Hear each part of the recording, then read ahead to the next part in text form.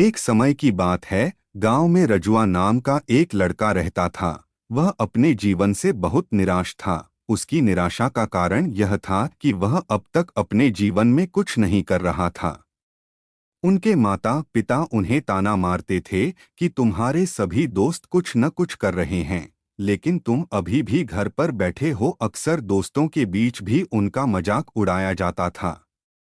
जब वह कहीं जाते थे तो लोग उनसे पूछते थे कि आप क्या कर रहे हैं। उन्हें यह बताने में शर्म आती थी कि वह कुछ नहीं करते हैं।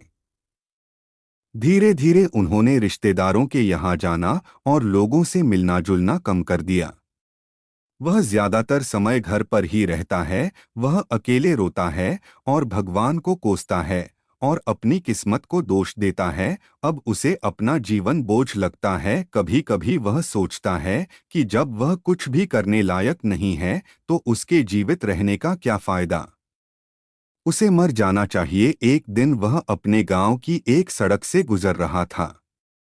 तभी उन्होंने एक उपदेशक को दुहक पर उपदेश देते देखा।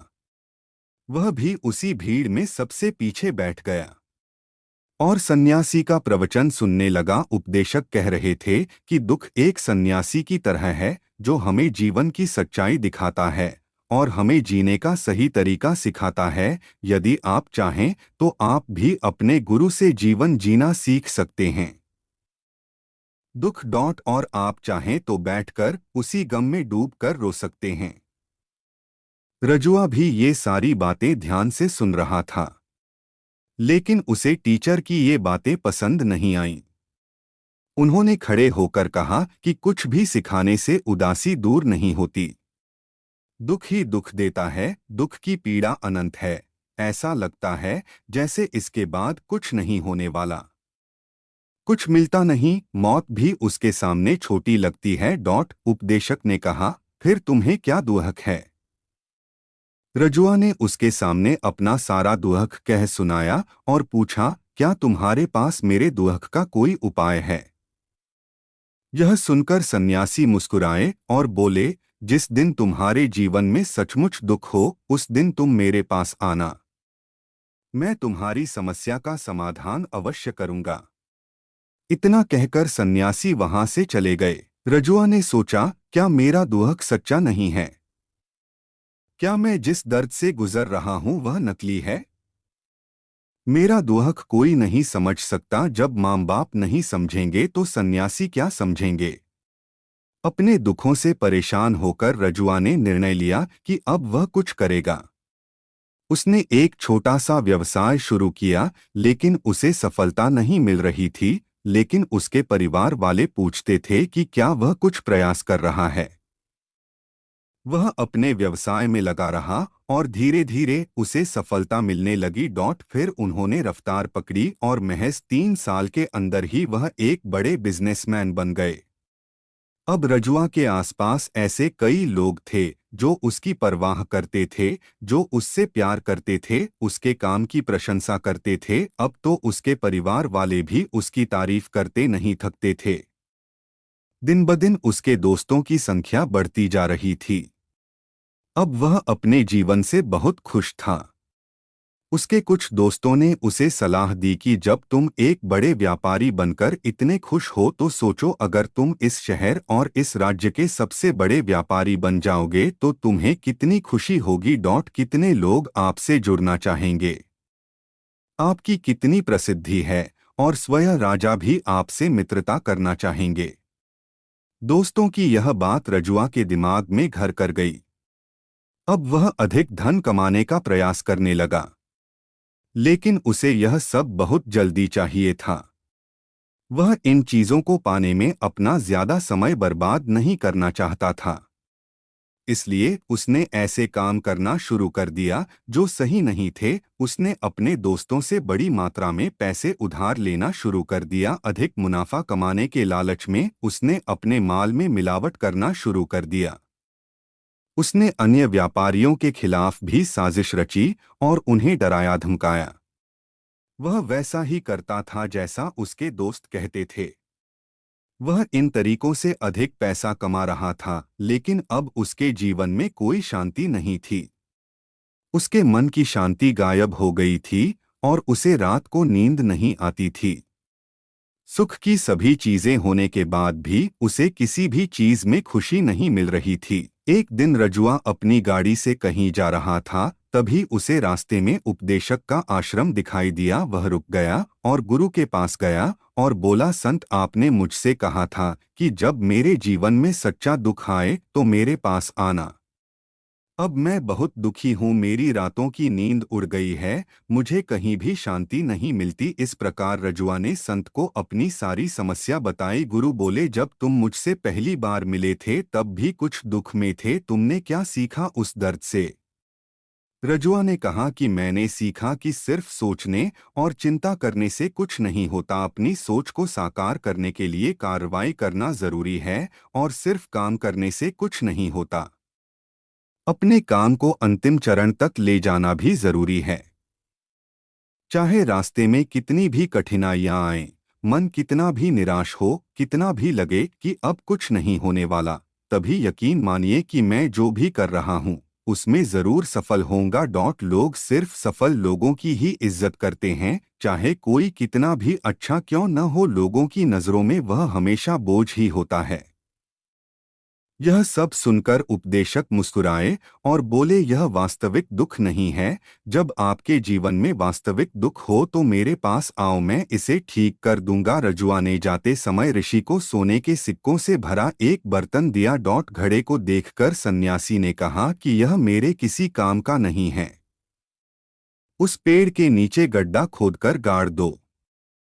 ऋषि के कहे अनुसार रजुआ ने घड़ा पेड़ के नीचे दबा दिया और वहां से चला गया। कुछ दिनों तक व्यापार अच्छा चलने लगा, लेकिन बिजनेस के गलत तरीके के कारण धीरे धीरे उन्हें बिजनेस में घाटा होने लगा। उसकी सारी संपत्ति धीरे धीरे खत्म होने लगी और एक दिन ऐसा आया जब उसके पास कुछ भी नहीं बचा और वह कर्ज के बोझ में दब गया था। लेकिन वह निश्चिंत था, क्योंकि उसने अपना सारा कर्ज अपने दोस्तों से ले लिया था। उसने सोचा था कि उसके दोस्त बुरे समय में उसका साथ देंगे, लेकिन ऐसा कुछ नहीं हुआ। बुरा वक्त आते ही दोस्त सबसे पहले उससे उधार मांगने लगे। कर्ज न लौटाने पर उन्होंने उसे जान से मारने की धमकी भी दी। उसके सभी शुभचिंतकों और प्रियजनों ने उससे मुंह मोड़ लिया। उसके दोस्त जो उसके साथ मौजमस्ती करते थे अब उससे दूर भाग रहे हैं। उसके परिवार वाले उसकी गलतियां और कमियां गिनाने लगे। उसकी सारी संपत्ति नीलाम हो गई और उसके पास कुछ भी नहीं बचा। रजुआ में गहरी उदासी छा गई।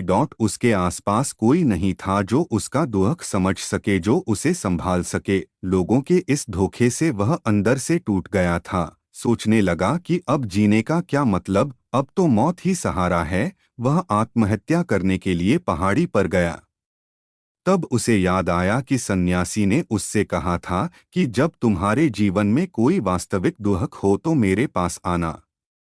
रजुआ ऋषि के पास गया और अपनी सारी व्यथा बताई। आंखों में आंसू भरते हुए उसने कहा, ऋषि, कृपया मेरे दुख का निवारण करें। सन्यासी ने कहा कि जब तुम्हें जीवन में वास्तविक दुख हो तो मेरे पास आना, मैं उसे अवश्य ठीक कर दूंगा। रजुआ ने कहा कि इस समय मेरे जीवन में जो हो रहा है वह दुख नहीं है। आखिर वास्तविक दुख क्या है? ऋषि, सबसे पहले आप मुझे बताओ, तुमने अपने कष्ट से क्या सीखा? रजुआ ने कहा कि मैंने सीखा है कि जो लोग हमारी सफलता और प्रगति के कारण हमारे जीवन में आए हैं वे निश्चित रूप से हमें धोखा देंगे, क्योंकि वे बुरे समय में हमारे साथ नहीं खड़े होंगे, वे केवल हमारा फायदा उठाएंगे।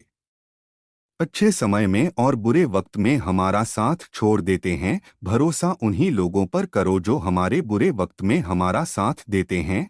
लेकिन ऐसे लोग बहुत कम होते हैं, लेकिन जिनके पास होते हैं उन्हें उनकी कदर करनी चाहिए, उनका अपमान नहीं करना चाहिए। मैंने यह भी सीखा कि कभी भी किसी के खिलाफ साजिश नहीं करनी चाहिए। अपना काम ईमानदारी और धैर्य से करना चाहिए और कभी भी लालच नहीं करना चाहिए। मैं इस घटना से बेहद दुखी और परेशान हूँ। गुरु ने कहा, इसमें दुखी होने की क्या बात है? एक दिन सभी के प्रियजनों को मरना है, न कोई कभी जीवित रहा है और न कभी जीवित रहेगा। एक दिन तुम्हें भी मरना है। हो सकता है तुम कल ही मर जाओ, या तुम आज भी मर सकते हो। रजुआ ने कहा, आप क्या कह रहे हैं मास्टर?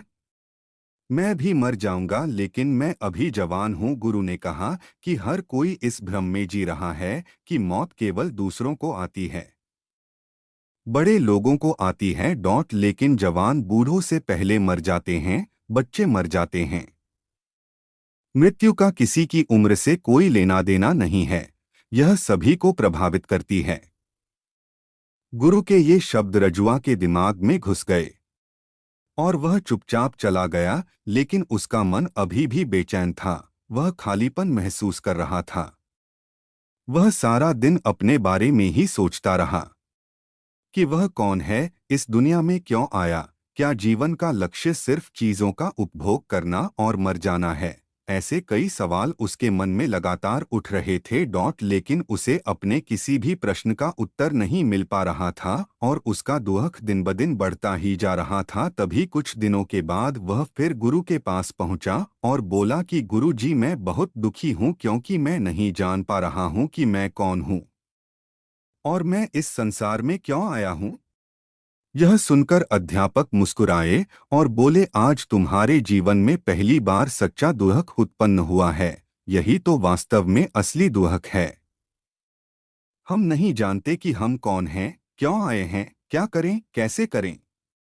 रजुआ ने अपने गुरु से उसके दुख का निवारण करने को कहा।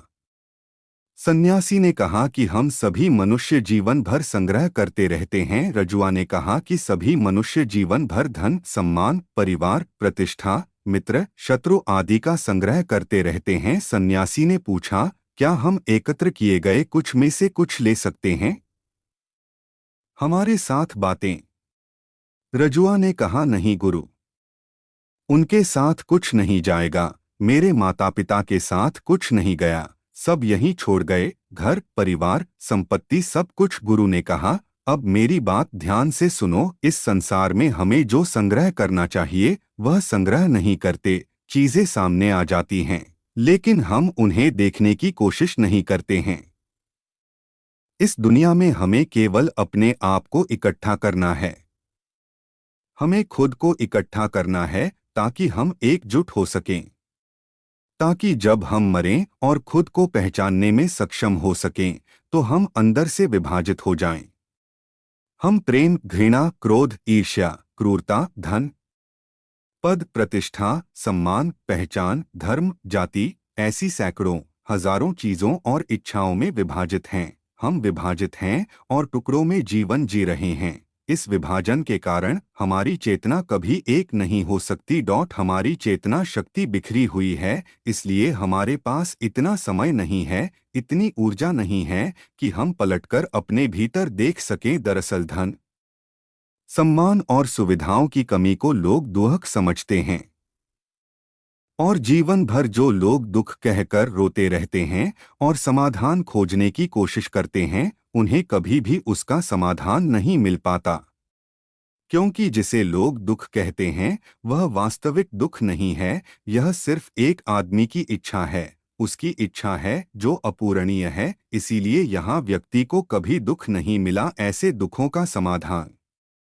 इसलिए इन सब से परे, यदि आप अपने दुखों का अंतिम समाधान चाहते हैं तो सबसे पहले अपने आप को इकट्ठा करें, अपनी ऊर्जा को इस दुनिया से हटा दें और इकट्ठा करें और खुद पर ध्यान केंद्रित करें। खुद पर ध्यान केंद्रित करें, मौत से पहले खुद को जानें, बिखरे नहीं। रजुआ ने कहा, तो गुरु, चाहे हम इस दुनिया को छोड़ दें, अपनी सभी इच्छाओं को मार देना चाहिए, किसी से प्रेम नहीं करना चाहिए, धन का संग्रह नहीं करना चाहिए, सम्मान की आशा छोड़ देनी चाहिए। सन्यासी ने कहा कि बिखरे हुए मनुष्य से भावनाएं, इच्छाएं और इच्छाएं ऐसे ही निकलती हैं। जिस प्रकार पहाड़ से गिरता हुआ पत्थर जिस पर पहाड़ का कोई वश नहीं होता सिवाय देखने के, परेशान होने के और कुछ खोने के, उसी प्रकार बिखरे हुए मनुष्य की इच्छाएं अनियंत्रित और कष्टदायक होती हैं। उसका अनियंत्रित मन इच्छाएं और कल्पनाएं करता रहता है और इससे दुख होता है। लेकिन जब कोई व्यक्ति एकत्रित हो जाता है, तो वह जो कुछ भी करता है वह उसके नियंत्रण में होता है। फिर उसकी इच्छा से इच्छाएं भी उत्पन्न होती हैं। रजुआ ने कहा कि आपने मेरे सच्चे दुख का निवारण कर दिया। बहुत बहुत धन्यवाद। अब से मैं खुद को संभालने की कोशिश करूंगा। सन्यासी ने कहा कि मानव शरीर में ऊर्जा और शक्ति बहुत है, लेकिन वह बेकार के कामों में बंटा हुआ है, बेकार की चीजों में लगा हुआ है। यह ऐसा है जैसे एक बहुत शक्तिशाली मशीन एक बच्चे के हाथ में दे दी गई है और वह बिना सोचे समझे और बिना किसी नियंत्रण के अपनी शक्ति बर्बाद कर रहा है। इसलिए अपनी चेतना की शक्ति पर ध्यान केंद्रित करें और उसे इकट्ठा करें। रजुआ को अपने सवालों का जवाब मिल गया। उसने अपने गुरु